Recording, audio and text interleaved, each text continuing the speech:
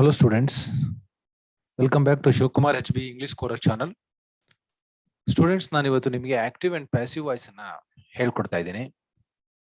Active and passive voice ಅನ್ನ ನಾವು simple present tense ಅಲ್ಲಿ ಹೇಗೆ ಕನ್ವರ್ಟ್ ಮಾಡಬಹುದು ಅಂತ ನೋಡಿ. ಆಕ್ಟಿವ್ ಅಂಡ್ ಪ್ಯಾಸಿವ್ ವಾಯ್ಸ್ ಅನ್ನ ನಾನು ಹೇಳ್ಕೊಡೋದಕ್ಕಿಂತ ಮುಂಚೆ ಯಾರು ನನ್ನ ಚಾನೆಲ್ನ ಇದುವರೆಗೆ ಸಬ್ಸ್ಕ್ರೈಬ್ ಮಾಡ್ಕೊಂಡಿಲ್ಲ ಅವರು ಸಬ್ಸ್ಕ್ರೈಬ್ ಮಾಡ್ಕೊಂಡು ಕೇಳಿ, ವಿಡಿಯೋನ ಸ್ಕಿಪ್ ಮಾಡಬೇಡಿ, ಕಂಟಿನ್ಯೂಸ್ ಆಗಿ ಕೇಳಿ, ಟಿಲ್ ದ ಎಂಡ್ ಕೊನೆವರೆಗೂ ಕೂಡ ಕೇಳಿ. ತುಂಬಾ important. High school, PU college and degree ಕಾಲೇಜ್ಗೂ ಕೂಡ ಬೇಕಾಗುತ್ತೆ. ಮತ್ತೆ ನಾವು ಮಾತಾಡ್ಲಿಕ್ಕೂ ಕೂಡ ಇಂಗ್ಲಿಷ್ ನಲ್ಲಿ ಮಾತಾಡ್ಲಿಕ್ಕೂ ಕೂಡ ಆಕ್ಟಿವ್ ಸೆಂಟೆನ್ಸ್ ಅಲ್ಲೂ ಮಾತಾಡ್ಬೋದು, ಪ್ಯಾಸಿವ್ ಸೆಂಟೆನ್ಸ್ ಅಲ್ಲೂ ಮಾತಾಡ್ಬೋದು. ಹಾಗಾಗಿ ಮಾತಾಡ್ಲಿಕ್ಕೂ ಕೂಡ ಅನುಕೂಲ ಆಗುತ್ತೆ. ತುಂಬಾ ಕೇರ್ಫುಲ್ ಆಗಿ ಇದನ್ನು ಕೇಳಿಸ್ಕೊಡಿ ಸ್ಟೂಡೆಂಟ್ಸ್. ನೋಡಿ, ನಾನಿವತ್ತು ಸಿಂಪಲ್ ಪ್ರೆಸೆಂಟ್ ಟೆನ್ಸ್ ಅನ್ನ ಟೀಚ್ ಮಾಡ್ತಾ ಇದ್ದೀನಿ. When the active verb is in the simple present tense, we make passive verb forms with is, am, or plus past participle form of the verb. ನೋಡಿ, ಇಲ್ಲಿ active verb simple present tense ಅಲ್ಲಿ ಇದ್ರೆ ನಾವು passive form ಅಲ್ಲಿ is, am,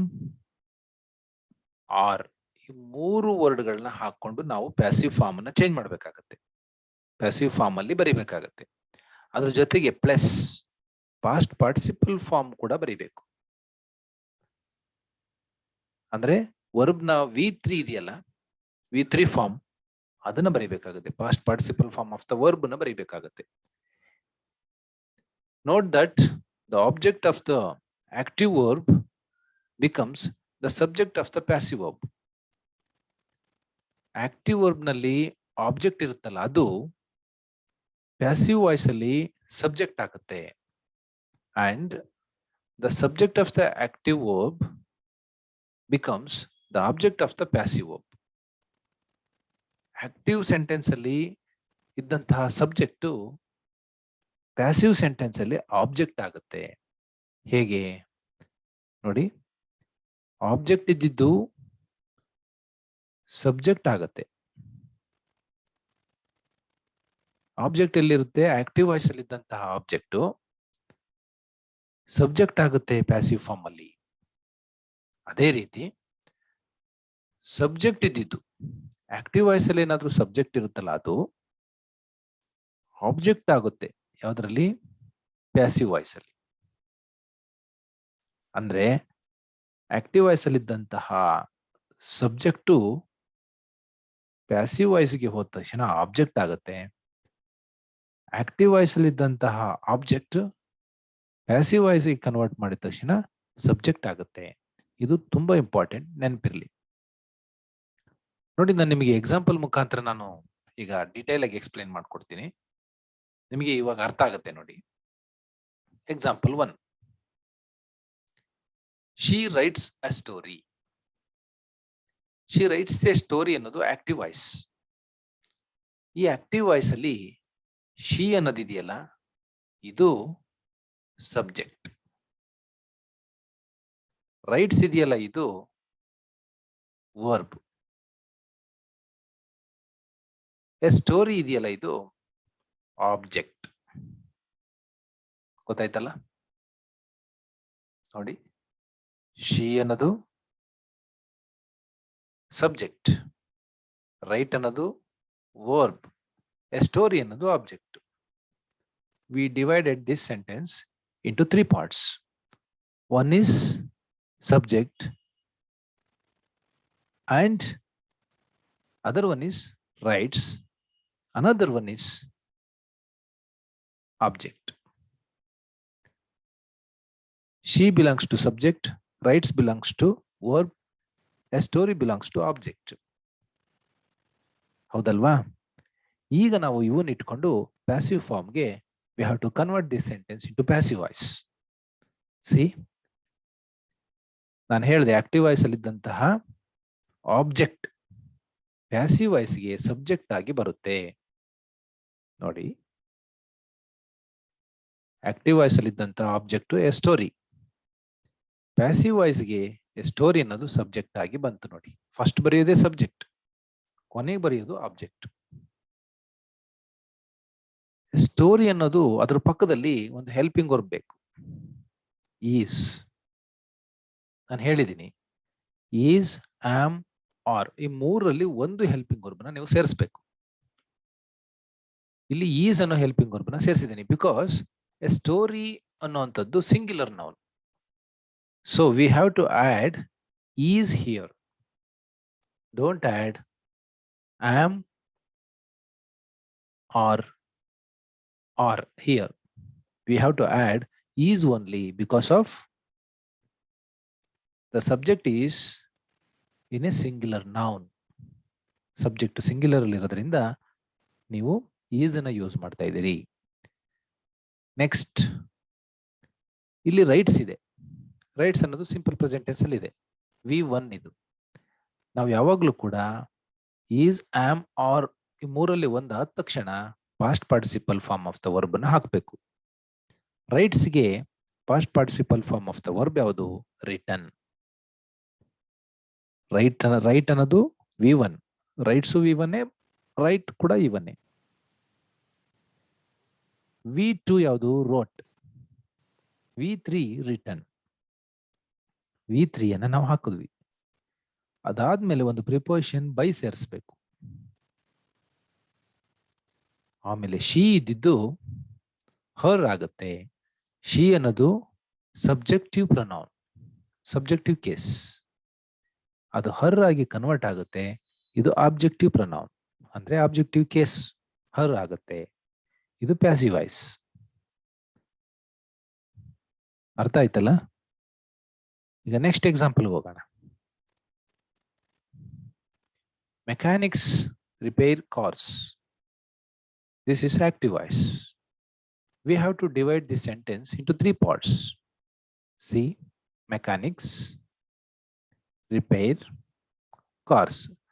Mechanics belongs to subject, repair belongs to verb, cars belong to object. Right? Okay. This is called as active voice. We have to convert this sentence into passive voice. See, the object of the active voice becomes the subject of the passive voice. Active voice ಅಲ್ಲಿ ಇದ್ದಂತಹ object passive voice ಅಲ್ಲಿ subject ಆಗಿ ಬರುತ್ತೆ. Okay, next ಒಂದು helping verb ಬೇಕಾಗುತ್ತೆ. ಇಲ್ಲಿ are ನ ಯಾಕೆ ತಗೊಂಡ್ವಿ ಅಂದ್ರೆ because of cars belong to plural noun. Cars ಅನ್ನೋದು ಪ್ಲೂರಲ್ ನೌನ್, ಹಾಗಾಗಿ ಆರ್ ತಗೊಂಡಿದ್ವಿ. ಇದು ಸಿಂಗ್ಯುಲರ್ ಆಗಿದ್ರೆ ಈಸ್ ತಗೊಳ್ತಿದ್ವಿ. ನೋಡಿ, ಇಲ್ಲಿ ಈಸ್ ಎಕ್ಸಾಂಪಲ್ ಆಯ್ತು. ಇವಾಗ ಆರ್ ಎಕ್ಸಾಂಪಲ್ ಬಂದಿದೆ.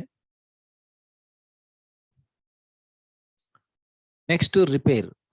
Past participle form of the verb repair. What is that? Repaired. Repair V1, repaired V2, repaired V3. ನಾವು V3 ಅನ್ನ ಬರೆದ್ವಿ.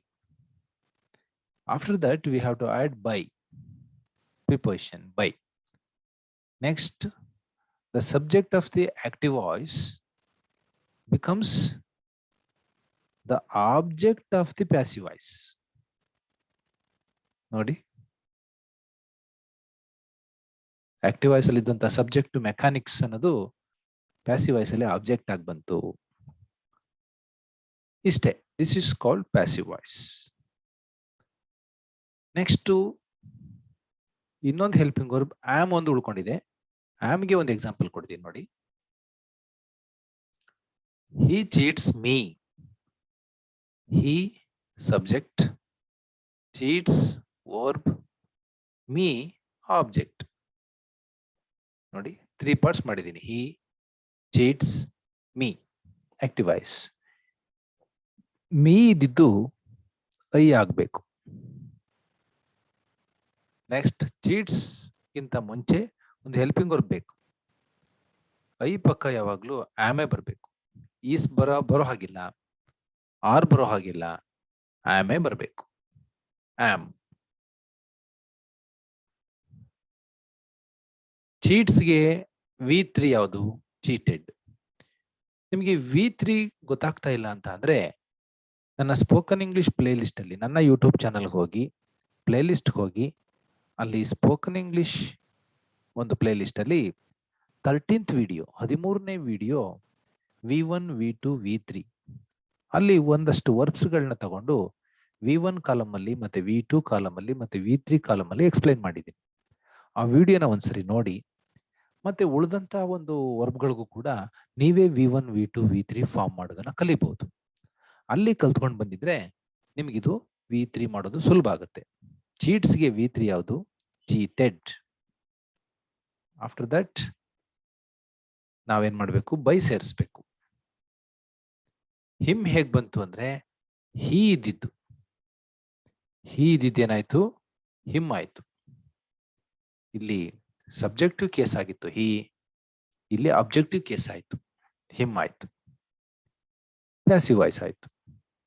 ಇಲ್ಲಿ ಏನು ಚೇಂಜಸ್ ಇಲ್ಲ. ಆಕ್ಟಿವ್ ವಾಯ್ಸ್ ಅಲ್ಲಿ ಮತ್ತೆ ಪ್ಯಾಸಿವ್ ವಾಯ್ಸ್ ಅಲ್ಲಿ ಎರಡೂ ಕೂಡ ಸೇಮ್ ಮೀನಿಂಗ್ ಅಲ್ಲಿ ಇರುತ್ತೆ, ಮೀನಿಂಗ್ ಚೇಂಜ್ ಆಗಲ್ಲ. ಮತ್ತೆ ಸೇಮ್ ಟೆನ್ಸ್ ಅಲ್ಲಿ ಇರುತ್ತೆ, ಟೆನ್ಸ್ ಕೂಡ ಚೇಂಜ್ ಆಗಲ್ಲ. ಹಾಗಾಗಿ ಒಂದೇ ತರ ಇರುತ್ತೆ ಎರಡು. ಇಲ್ಲಿ ಏನು ಚೇಂಜಸ್ ಇಲ್ಲ, ಬರವಣಿಗೆ ಮಾತ್ರ ಚೇಂಜ್ ಆಗುತ್ತಿಲ್ಲ ಅಷ್ಟೇ. ಮೀನಿಂಗ್ ಆಗ್ಲಿ ಚೇಂಜ್ ಆಗಲ್ಲ, ಟೆನ್ಸ್ ಆಗ್ಲಿ ಚೇಂಜ್ ಆಗಲ್ಲ. ಇಷ್ಟು ಪಾಸಿಟಿವ್ ಸೆಂಟೆನ್ಸ್. ಪಾಸಿಟಿವ್ ನಲ್ಲಿ ನೋಡಿ, ಈಸ್ ಎಲ್ಲೆಲ್ಲಿ ಬಂತು, ಆಮ್ ಹೇಗ್ ಬರುತ್ತೆ, ಆರ್ ಹೇಗ್ ಬರುತ್ತೆ ಅಂತ ತೋರಿಸಿದೀನಿ. ಮತ್ತೆ ಅದಕ್ಕೆ ಪಾಸ್ಟ್ ಪಾರ್ಟಿಸಿಪಲ್ ಸೇರಿಸೋದು ಹೇಗೆ ಅಂತ ತೋರಿಸಿದೀನಿ. ಇವೆಲ್ಲ ಪಾಸಿಟಿವ್ ಸೆಂಟೆನ್ಸ್ಗೆ ಅಂದ್ರೆ ಅಫರ್ಮೇಟಿವ್ ಸೆಂಟೆನ್ಸ್ಗೆ ಆಯ್ತು. ನೆಗೆಟಿವ್ ಸೆಂಟೆನ್ಸ್ಗಳು ಬಂದಾಗ ಹೇಗೆ ಚೇಂಜ್ ಮಾಡೋದು? Let us see some examples. ನೋಡಿ, they don't help you. Here we divide in the subject, we divide the sentence into three parts. Yes, first part, they belongs to subject. Don't help belongs to verb part. You belongs to object part. First we take object to the subject of the passive voice, right? You becomes you. You change ಆಗಲ್ಲ. Subjective ಕೇಸಲ್ಲಿ you, objective ಕೇಸಲ್ಲಿ ಯುನೇ ಆಗುತ್ತೆ. You. ಇಲ್ಲಿ R ಯಾಕೆ ಬಂತು? You ಆದ್ಮೇಲೆ subject verb agreement ಪ್ರಕಾರ ಆರೇ ಬರಬೇಕು. ಈಸ್ ಬರೋ ಹಾಗಿಲ್ಲ, ಆಮ್ ಬರೋ ಹಾಗಿಲ್ಲ. So we have written here as are. Next not ಬರಲೇಬೇಕು, ಯಾಕೆಂದ್ರೆ ಡೋಂಟ್ ಅಂತ ಇರೋದ್ರಿಂದ ಇದು ನೆಗೆಟಿವ್ ಸೆಂಟೆನ್ಸ್, ಹಾಗಾಗಿ ನಾಟ್ ಬರಬೇಕು. They are, you are not. ಇನ್ನು ಹೆಲ್ಪ್ ಒಂದು ಉಳ್ಕೊಂಡಿದೆ. V3 form of the help is helped. ಹೆಲ್ಪ್ಗೆ V3 form helped. After that by ಸೇರಿಸ್ಬೇಕು. ಅದಾದ್ಮೇಲೆ ದೇ ಅನ್ನತಕ್ಕಂಥ ಒಂದು ಸಬ್ಜೆಕ್ಟಿವ್ ಕೇಸನ್ನ ನಾವು ಆಬ್ಜೆಕ್ಟಿವ್ ಕೇಸ್ಗೆ ಇಡುವಾಗ ದೆಮ್ ಆಗತ್ತೆ. Them. You are not helped by them. Passive voice ಇದು. ಡೋಂಟ್ ಆಯ್ತು. ನೆಕ್ಸ್ಟ್ ಡಸಂಟ್ ಹೋಗೋಣ. He doesn't open the book. First divide ಮಾಡೋಣ. He doesn't open the book. He belongs to subject, doesn't open verb. The book belongs to object. This is active voice. ಇಲ್ಲಿ the book ಇದ್ದಿದ್ದೇನಾಗುತ್ತೆ? Passive ವಾಯ್ಸ್ಗೆ object ಆಗಿ ಬರುತ್ತೆ, subject ಆಗಿ ಬರುತ್ತೆ.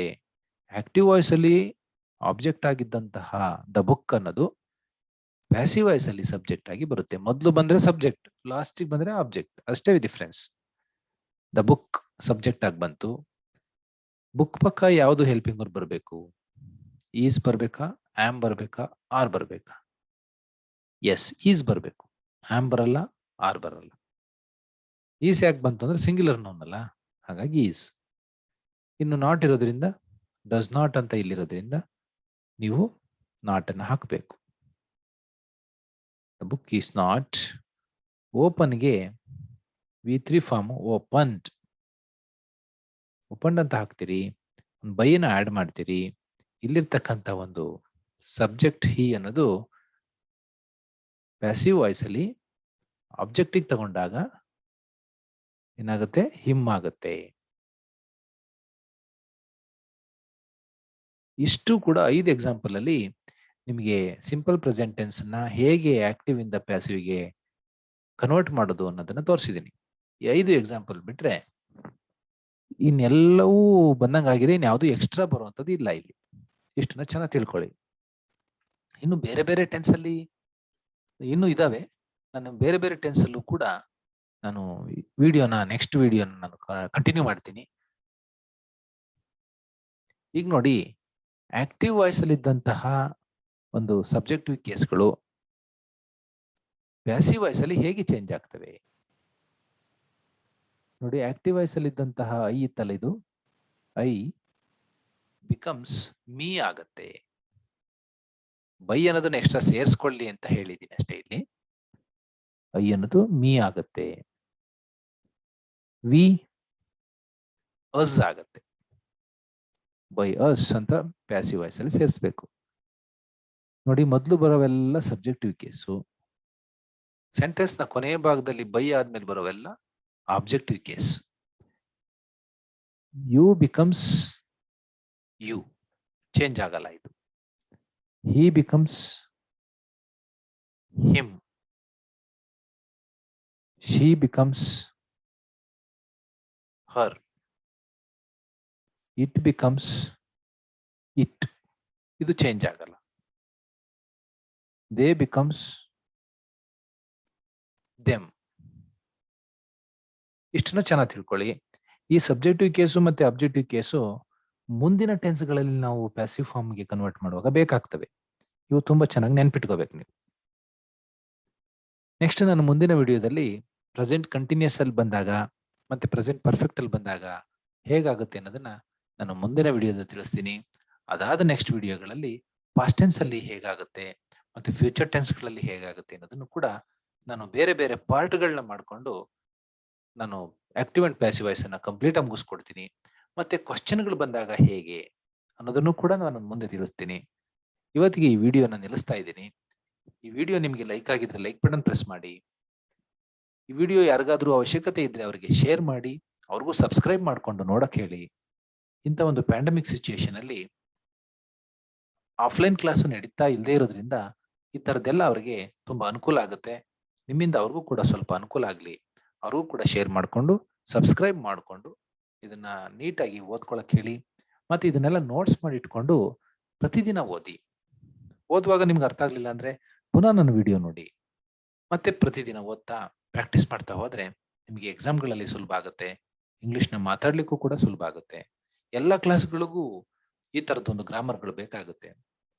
Primary, high school, PU college, degree college ಮತ್ತೆ spoken English ಎಲ್ಲರಿಗೂ ಬೇಕಾಗುತ್ತೆ.